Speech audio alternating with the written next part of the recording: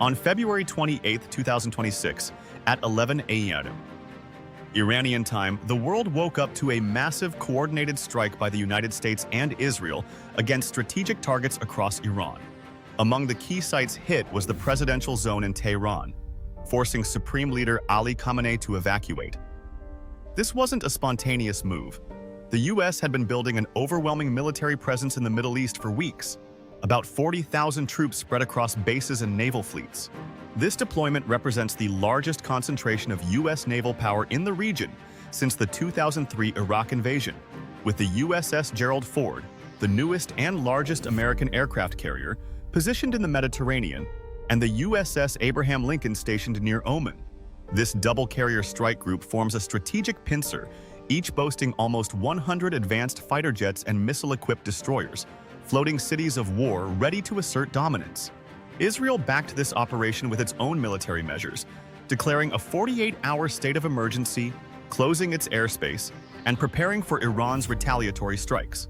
And retaliate they did, launching ballistic missiles at over 15 locations spanning Israel, the Gulf states, and even into Iraqi Kurdistan. First steps into a broader regional escalation that threatens to spread. But here's the challenge for Tehran. Their missile arsenal, while large, numbering in the thousands, must now be divided across multiple fronts rather than concentrated on Israel alone, diluting their effectiveness and easing interception by the well-armed Gulf states and U.S. defenses. This brings us to a hard economic reality rarely discussed. These Gulf monarchies spend enormous proportions of their GDP on military spending. Saudi Arabia at 7%, Qatar at 8%, far outstripping the 1.3% to 2% defense budgets seen in European powers like Spain or Germany. These vast resources translate into sophisticated missile defense systems, making Iran's retaliatory options even more limited. The stakes couldn't be higher. Iran's economy is already in freefall, choked by relentless U.S. sanctions aimed at halting their nuclear ambitions and ballistic missile program. A program that functions as the regime's last line of defense and leverage. Behind this conflict lies a decades-long effort by Iran to develop a nuclear weapon capable of threatening Israel's existence and expanding its revolutionary influence.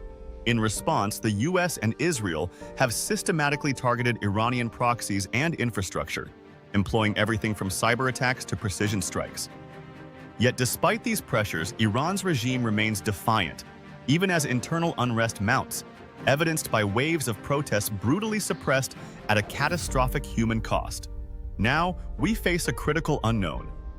Will Iran escalate further by closing the Strait of Hormuz, the vital choke point through which nearly 30% of the world's maritime oil trade flows? Doing so risks alienating powerful allies like China, whose economy depends heavily on uninterrupted energy supplies, and triggering a global economic crisis. So far, Tehran has opted for brinkmanship, harassing oil shipments and testing defenses rather than outright blockade. The economic implications ripple far beyond the battlefield. Energy markets have already reacted, with crude prices surging amid uncertainty. What we're witnessing is a grim illustration of the limits of state power. Centralized regimes, under siege, resort to costly military aggression rather than market-driven innovation or reform, all while ordinary citizens bear the brunt through economic hardship and violence. The question lingers: how long can this costly standoff persist without devastating not only regional stability, but global markets? And what will come after? As we watch these events unfold, we must remember that economic freedom and strong institutions, not endless cycles of intervention and conflict, offer the long-term path to security and prosperity.